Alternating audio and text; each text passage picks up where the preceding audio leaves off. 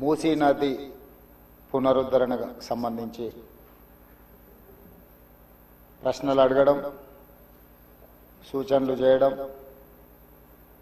ప్రభుత్వం వైపు నుంచి వివరణ కోరడం జరిగింది. మా సహచార మంత్రివర్గ సభ్యులు వీలైనంత మేరకు వాటికి సంబంధించిన సమాచారాన్ని అందించే ప్రయత్నం చేసిండ్రు. శ్రీధర్ బాబు గారు అందించిన సమాచారానికి అదనంగా కొంత ఇలాంటి శాఖ నేనే ప్రత్యక్షంగా నిర్వహిస్తున్నా.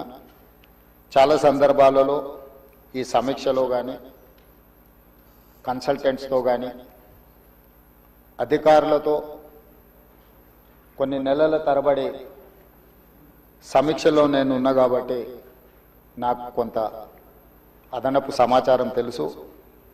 ఈ సమాచారాన్ని సభ ముందు సభ్యులకు వివరించడం బాధ్యతగా భావించి తమ దగ్గర సమయం తీసుకొని ఈ వివరాలను సభ ముందు పెట్టే ప్రయత్నం చేస్తున్నా. అధ్యక్ష, మూసీ నది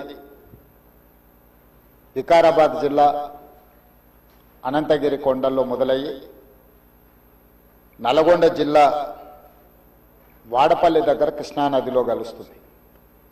దాదాపుగా అనంతగిరి కొండల నుంచి వాడపల్లి వరకు 240 కిలోమీటర్లు మూసీ నది ప్రవహిస్తుంది.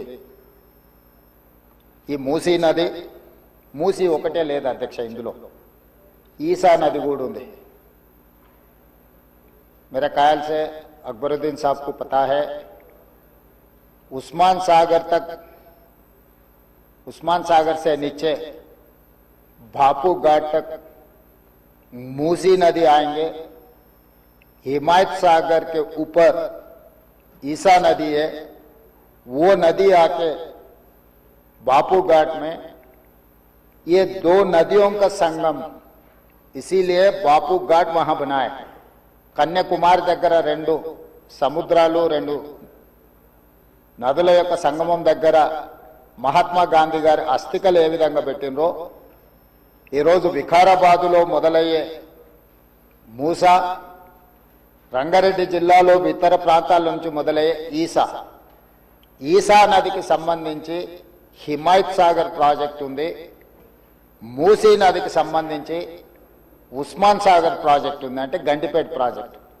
ఈ 2 నదులు వచ్చి లంగరౌజ్ దగ్గర ఏదైతే బాపు ఘాట్ ఉందో అక్కడ ఈ 2 నదులు కలుస్తాయి.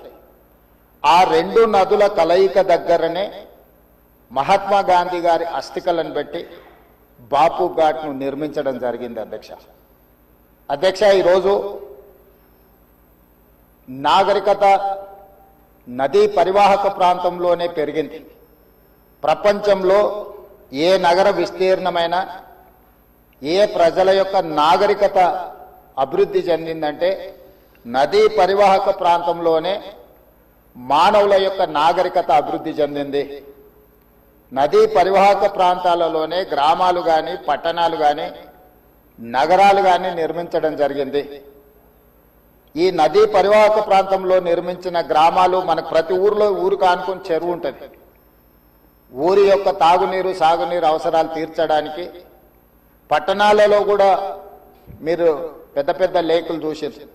ఈరోజు హైదరాబాద్ నగరంలో కూడా కాకతీయుల నుంచి మొదలు పెడితే కులీ కుతుబ్ షాయిలు నిజాం వరకు ఈ ప్రాజెక్టులను నిర్మించడం ద్వారా ప్రజల యొక్క సాగునీరు తాగునీరు అవసరాలను తీర్చడమే కాకుండా పరిశ్రమలను ఏర్పాటు చేయడానికి కూడా ప్రణాళికబద్ధంగా ఆనాటి కాకతీయ సామ్రాజ్యం నుంచి మొదలు పెడితే చివరి నవాబ్ నిజాం నవాబు వరకు కూడా ఈ నదుల యొక్క పరివాహక ప్రాంతంలోనే ప్రాజెక్టులను కట్టడం జరిగింది. ఈరోజు మంజురా నది ఉండొచ్చు, నిజాం సాగర్ ఉండొచ్చు,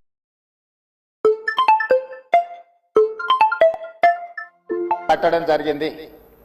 ఈరోజు మంజురా నది ఉండొచ్చు, నిజాం సాగర్ ఉండొచ్చు, లేకపోతే ట్యాంక్ బండ్ ఉండొచ్చు, ఉస్మాన్ సాగర్ ఉండొచ్చు, హిమాయత్ సాగర్ ఉండొచ్చు. వరదలను నియంత్రించాలి. 1908లో ఈ నగరం మీద వరద తుఫాను ఉప్పెనై వేలాది మందిని బలిగొన్నప్పుడు నిజాం సర్కార్ నిజాం ప్రభు మనసు చెల్లించి ఈ సమస్యకు శాశ్వత పరిష్కారం చూపించాలి అని చెప్పి ప్రపంచ స్థాయిలో ఆ రోజుల్లోనే టెండర్లు పిలిచి సాంకేతిక నిపుణులను నియమించి మోక్షగుండం విశ్వేశ్వరయ్య ద్వారా శాశ్వతంగా ఈ నగరానికి వరద ముప్పు నుంచి రక్షించడమే కాకుండా తాగునీటి సమస్యను పరిష్కరించడానికి 1908లో నిజాం సర్కార్ ఈ కార్యక్రమాన్ని ఈ ప్రాజెక్టును చేపట్టడం జరిగింది.